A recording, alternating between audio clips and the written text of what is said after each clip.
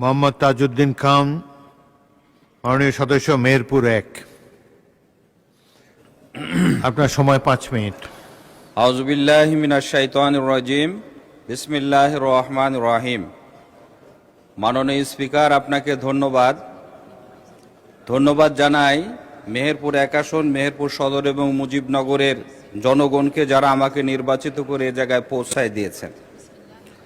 মাননীয় স্পিকার, রাষ্ট্রপতির ভাষণের উপর এখন কথা বলতে দাঁড়িয়েছি, কিন্তু যে রাষ্ট্রপতিকে আমাদের সামনে দেখেছি আমরা, বিগত 3টা পরিবর্তনের 3 অবস্থাতে পাত্রভেদে তিনি 3টা অবস্থা ধারণ করেছেন। দেশ ও জাতির স্বার্থে সবার উপরে উঠে সবসময়তে তিনি কথা বলতে পারেননি, যার কারণে তার ভাষণের উপরে আমি ধন্যবাদ জানাতে পারছি না। মাননীয় স্পিকার, 1986 সালে আমি তখন ক্লাস 8-এর ছাত্র।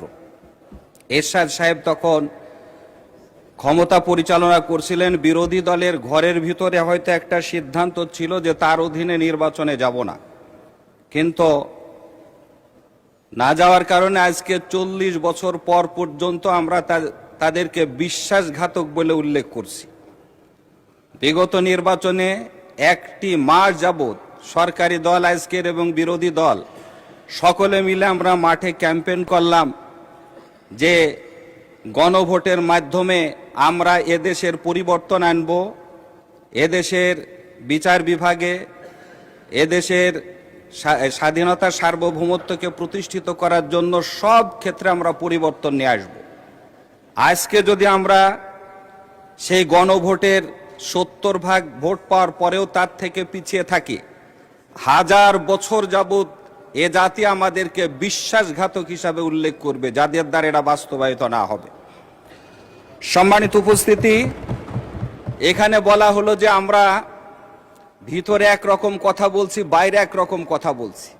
এখানে তো আমরা কথা বলার জন্য 1 মিনিট 2 মিনিট এর বেশি আমরা সময় পাইনি, কিন্তু জাতি যে সমস্ত সমস্যার মুখোমুখি হচ্ছে, এখানে তেল আছে বলে আমাদেরকে জানানো হলেও বাইরে যে দেখি যে আমরা হাজার হাজার মানুষ তেল পাওয়ার জন্য লাইনে দাঁড়িয়ে আছে, তাহলে বাইরে যে আমাদের জনগণের ভাষাতে কথা বলতে হবে।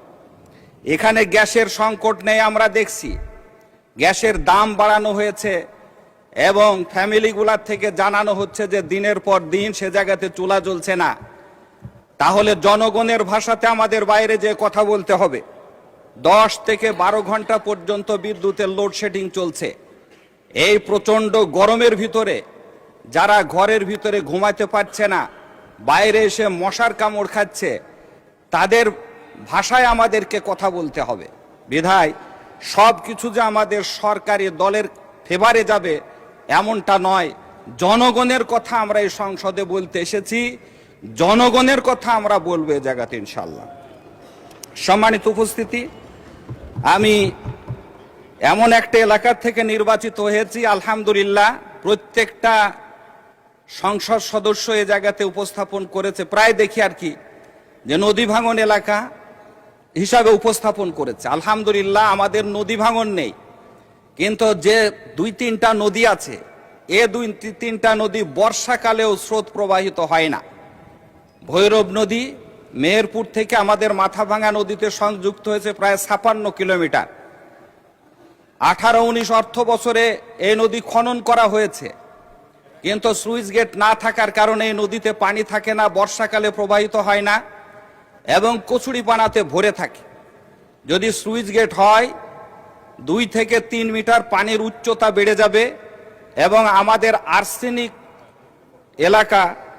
আর্সেনিক প্রবণ এলাকা, সে জায়গাতে আমার মনে হয় যে পানির উচ্চতা বাড়লে আর্সেনিক কিছুটা কমবে এবং আয়রন কিছুটা কমবে।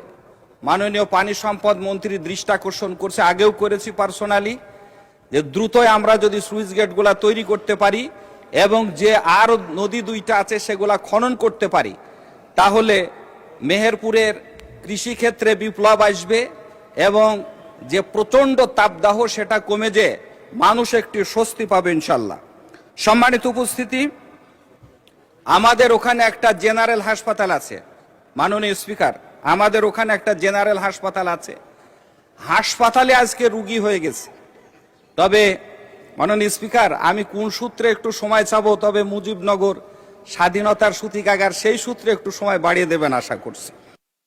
মাননীয় সদস্য 1 মিনিটে সাম আপ করেন ইনশাল্লাহ। প্লিজ। মাননীয় স্পিকার, আমাদের যত আলোচনা এসেছে আমি লক্ষ্য করেছি 2টা কমন আলোচনা আমাদের সবার কাছে থেকে এসেছে।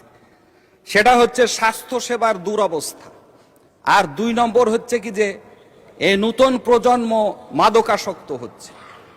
এই জন্য সব জায়গার মতো আমার ও জায়গাতেও স্বাস্থ্য সেবার দুরবস্থা আছে। একটি হাসপাতাল অবকাঠামোগত দিক থেকে 250 শয্যা বিশিষ্ট হয়েছে, কিন্তু জনবলের দিক থেকে যেখানে 177 জন ডাক্তারের প্রয়োজন আছে মাত্র 26 জন। আদার্সগুলো এরকম আছে।